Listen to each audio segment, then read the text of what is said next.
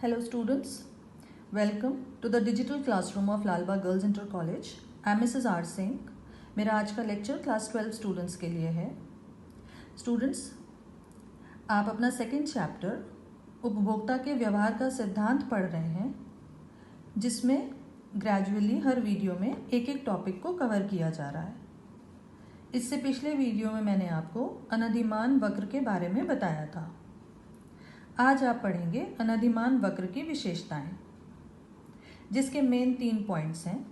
पहला कि अनधिमान वक्र नीचे की ओर ढाल वाला और बाएं से दाएं की ओर चलने वाला वक्र होता है.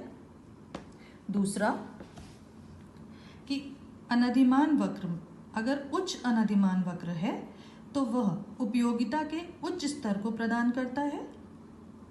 और तीसरा कि दो अनधिमान वक्र कभी एक दूसरे को नहीं काटते हैं. अब आप देखिए, पहले वाली विशेषता को समझते हैं. अनधिमान वक्र बाएं से दाएं की ओर और नीचे की ढाल वाला होता है. ऐसा क्यों होता है? देखिए, अब आप इस फिगर में जैसे आप देख पा रहे हैं कि मान लीजिए ग्राफ में हमने दिखाने के लिए फॉर एग्जाम्पल 2 वस्तुएं ली, मैंगोज एंड बनानास. मैं पहले वाले आपको जब मैंने अनधिमान वक्र पढ़ाया था तब भी मैंने एक एग्जाम्पल के द्वारा आपको समझाया था. आज भी एक एग्जाम्पल से इसको समझिए कि आपने एक्स रेखा पर केलों की मात्रा दर्शाई है और वाई एक्सिस पर आमों की मात्रा को आपने दर्शाया है. अब आप ये जानते हैं कि अगर आपको सेम इनकम में, गिवन इनकम में दोनों चीज़ें लेनी हैं तो आप एक की मात्रा का त्याग करते हैं, तब आप दूसरे की मात्रा को बढ़ा पाते हैं. मान लीजिए आप केलों की संख्या को बढ़ाना चाहते हैं तो आपको कुछ आमों की मात्रा का त्याग करना पड़ेगा. इसीलिए ये वक्र, क्योंकि आप आमों की मात्रा का त्याग करते जा रहे हैं, तभी आपको केले की ज़्यादा मात्रा मिल रही है. और ये जितने भी कॉम्बिनेशंस आप लेंगे, जितनी भी संख्या इसमें आप लेंगे, आमों की त्याग करेंगे और केलों की बढ़ाएंगे, अनधिमान रेखा पर ये सारे बिंदु आपको समान उपयोगिता प्रदान करते हैं. तो ये वक्र नीचे की ओर ढाल वाला और बाएं से दाएं की ओर जाने वाला वक्र होता है. अब मान लें कि आप आमों की मात्रा का त्याग नहीं करना चाहते हैं और आप केलों की संख्या भी बढ़ाना चाहते हैं. उस स्थिति में आप एक उच्च अनधिमान वक्र की तरफ चले जाएंगे. जैसा आप इसमें फिगर 2 में देख पा रहे हैं कि 3 रेखाएं आपको दिख रही हैं और एक टेबल आपको दिख रही है एग्जाम्पल के लिए जो दी गई है. उसको आप इस चित्र में बेटर देख पा रहे हैं. पहला कॉम्बिनेशन है ए, जिसमें आपने केलों की 1 मात्रा ली है 1 यूनिट और मैंगोज हैं 10. पॉइंट बी एक ये सिचुएशन है, एक ये कॉम्बिनेशन है जिसमें आपने आमों की मात्रा को तो नहीं चेंज किया, लेकिन आपने केले की संख्या बढ़ा ली, लेकिन आम आपने त्याग कुछ भी नहीं किए. और पॉइंट सी है जिसमें आपने आमों की संख्या को फिर कुछ बदलाव नहीं किया, लेकिन केले की संख्या आपने फिर बढ़ाई है, 3 केले ले लिए इस बार.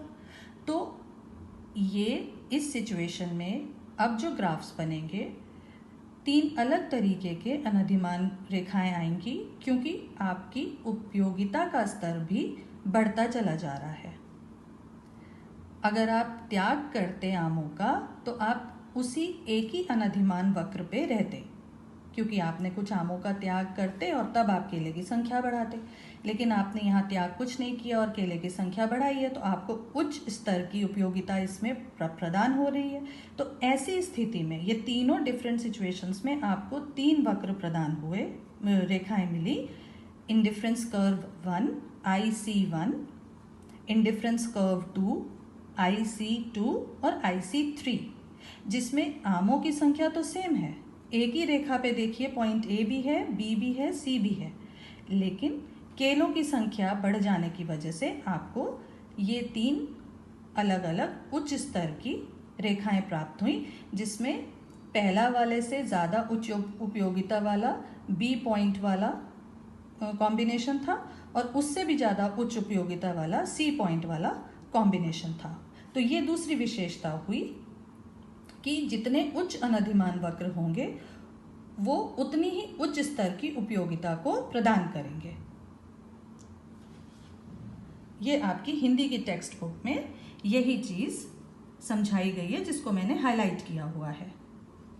अब आप इसकी तीसरी विशेषता देखेंगे कि दो अनधिमान वक्र कभी एक दूसरे को नहीं काटते हैं।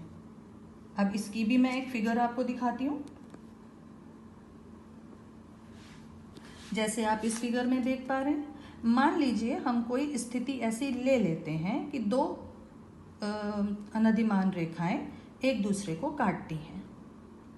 हमने ये मान लिया। इसको समझने के लिए कि क्या ये तथ्य सही है कि दो अनधिमान वक्र रेखाएं एक दूसरे को नहीं काटती हैं, हमने शुरू किससे किया कि हम मान लेते हैं चलिए एक दूसरे को वो कट कर सकती हैं। तो दो अनधिमान रेखाएं जो हमने ली इस एग्जाम्पल में, नीचे वाली फिगर में आप देखिए, एक पॉइंट ए है, एक बी है और एक सी है। अगेन मैंगोज और बनानास की मात्रा को लेके इन्होंने एग्जाम्पल आपको एक्सप्लेन किया। अब हम ये एक बात जानते हैं कि एक ही अनधिमान रेखा पर जितने भी बिंदु होते हैं वो हमको समान उपयोगिता प्रदान करते हैं।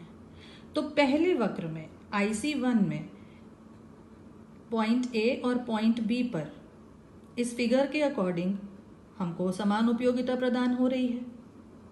इसी तरीके से वक्र IC2 में पॉइंट ए और पॉइंट सी, इस पे हमें समान उपयोगिता प्रदान हो रही है क्योंकि वो एक ही अनधिमान रेखा पे ये दोनों बिंदु हैं। इस हिसाब से हम देखें तो हमें हर बिंदु पे अगर समान उपयोगिता प्रदान हो रही है तो हम पॉइंट बी और पॉइंट सी के डिफरेंस को देख के ये कह सकते हैं कि पॉइंट बी पे तो हमने 9 केले हमें मिले हुए हैं और 7 आम हैं, जबकि पॉइंट सी पे केलों की संख्या सेम है, 9 केले हैं, लेकिन आम तो सिर्फ 5 ही मिले।